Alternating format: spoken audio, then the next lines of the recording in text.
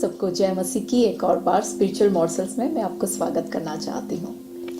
आज से करीबन 2 साल पहले की बात है। एक दिन मैं बहुत ज़्यादा परमेश्वर के सामने निराश होकर, चिंतित होकर प्रार्थना कर रही थी मेरे एक बच्चे के एक विषय में। मुझे 2 बच्चे दिए प्रभु ने, तो उनमें से एक बच्चे के विषय में मैं प्रार्थना कर रही थी, बहुत ज़्यादा चिंतित थी।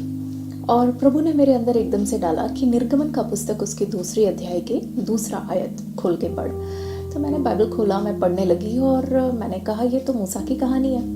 प्रभु ने कहा नहीं। तो मैंने दोबारा वही आयत पढ़ा और फिर से मैंने कहा प्रभु ये तो मूसा की कहानी है। परमेश्वर ने कहा कि बच्ची नहीं, ये मूसा की कहानी नहीं है, तो ध्यान से पढ़, ये मूसा की माँ योकेबेद की कहानी लिखा है। तब परमेश्वर की आत्मा ने मुझे कुछ बातें सिखाई जो मैं आज आपके सामने रखना चाहती हूँ। वहाँ पे लिखा है जोखेबेद ने ये देखा कि ये बालक बहुत सुंदर है, या तो फिर दूसरे कुछ वर्शन्स में लिखा है कि उसने ये देखा कि ये बालक अलौकिक भविष्य वाला एक बच्चा है।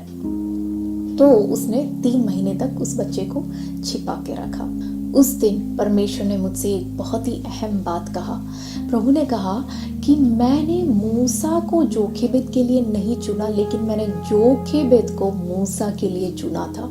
प्रभु ने मुझसे कहा कि मैं एक बच्चे के लिए, उसके भविष्य के लिए, उसके पूरे जीवन के लिए मेरे जो योजनाएं हैं, उस योजना के अनुसार उसको पालन पोषण करके उसको बड़ा करने वाले एक सही व्यक्ति को मैं ढूंढता हूँ और फिर उसको मैं इस बच्चे की माँ बनाता हूँ। और वही बात वचन में लिखा है, इब्रानियों 11:23 यदि हम पढ़े तो वहां लिखा है कि विश्वास के साथ मूसा के माता पिता ने उसको 3 महीने तक छिपा कर रखा। इसका मतलब ये है कि जब ये बच्चा पैदा हुआ तो माँ बाप ने जब इस बच्चे को देखा तो विश्वास के साथ कहा कि यही बच्चा हमारा रक्षक बनेगा, यही बच्चा हमें मिस्र देश से बाहर ले जाएगा, इसका जान बचाना होगा।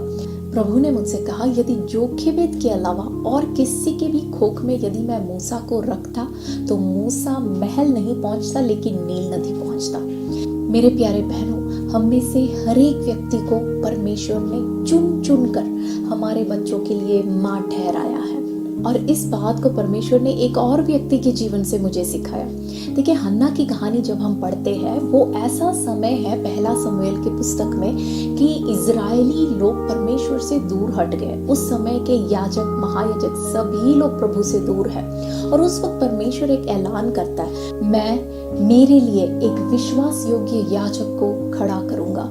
और फिर परमेश्वर उस वक्त देखता है कि अब मुझे एक विश्वास योग्य याजक जो कि शमूएल है, शमूएल को इस संसार में ले तो आना है, लेकिन उसको मेरे लिए एक विश्वास योग्य याजक के तौर पर पालन पोषण कर कर मेरे सामने रखने वाली वो स्त्री कौन है। जब प्रभु ने देखा, उसी समय हन्ना एक प्रार्थना करती है।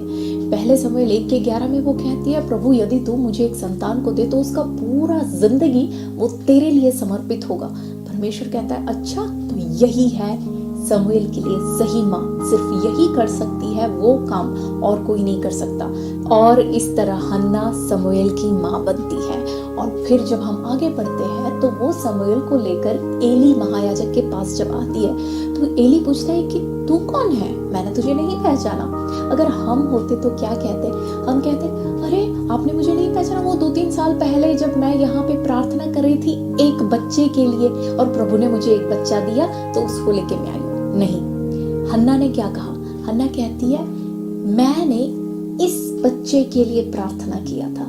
वो ये नहीं कहती कि मैंने एक बच्चे के लिए उस दिन प्रार्थना किया। वो इस सच्चाई को समझ गई थी कि कोई भी बच्चा नहीं, लेकिन यही बच्चा मेरे पास आने के लिए प्रभु ने योजना किया है। सिर्फ इतना ही नहीं, प्रति वर्ष हन्ना शमूएल के पास जाती है और उसको एक छोटा सा एफोद बना के देती है। जैसे उसका साइज छोटा होता है, जैसे बालक बड़ा होता है, एफोद छोटा होता है, तो हन्ना नया एफोद बनाकर उसके पास ले जाती है और हर साल उसको देती है। उसको कहती है, याद दिलाती है, बेटा तेरे आसपास मत देख, हुफनी, फिनेहास, एली, चाहे वो लोग कुछ भी करे तो उनके पीछे मत जाना, याद रखना कि तू एक याजक है। मेरे प्यारे बहनों, जब आप एक माँ का जिम्मेदारी निभाते हो, आप कभी ये मत सोचिए कि आप अकेले हो। हम एक पार्टनरशिप में काम कर रहे हैं, परमेश्वर के साथ मिलकर एक साथ हम इन बच्चों को पालन पोषण कर रहे हैं। मैं उन माता पिताओं से एक बात बताना चाहती हूँ जिनके बच्चे बड़े हो गए। यदि आपको ये लगता है कि मेरा बेटा बड़ा हो गया, मेरी बेटी बड़ी हो गई है, अब तो बहुत ही लेट हो चुका, अब मैं कुछ नहीं कर सकती, अब मेरे हाथ से सब कुछ छूट गया, मैं आपसे ये बताना चाहती हूँ कि वो शैतान का झूठ है। देखिए, जब हमारे प्रभु यीशु लूका रचित सुसमाचार उसके 7वें अध्याय में वो अपने चेलों को लेकर एक शहर की ओर जा रहे थे। जब शहर के फाटक में पहुंचते हैं तो वहां पे एक नौजवान को हम देखते हैं। उस नौजवान को उसके दोस्त एक साथ मिलकर उसको लेके आते हैं। वो नौजवान मर चुका था, अंत हो चुका था, उसके कहानी में फुल स्टॉप डाल दिया था शैतान ने। और वहां पे यीशु देखते हैं इसके दोस्त जो है रो रहे हैं, फिर शहर के सब लोग आते हैं, वो लोग भी रोते हैं। यीशु वहां पे हिलता नहीं है, लेकिन जब वहां पे लिखा है उसकी माँ जब रोती हुई यीशु दिखता है, यीशु उसके माँ के पास जाता है और उसकी माँ से कहता है मत रो। और फिर उस नौजवान को यीशु जी उठाता है और उसके माँ के पास वापस वो अपने माँ को उस नौजवान को देता है। वहां पे एक रिस्टोरेशन हम देख सकते हैं, क्योंकि मेरा यीशु आज भी जिंदा है और क्योंकि वो सिंहासन पर विराजमान है। कोई भी ऐसा परिस्थिति नहीं है जो खत्म है, जो फुल स्टॉप है।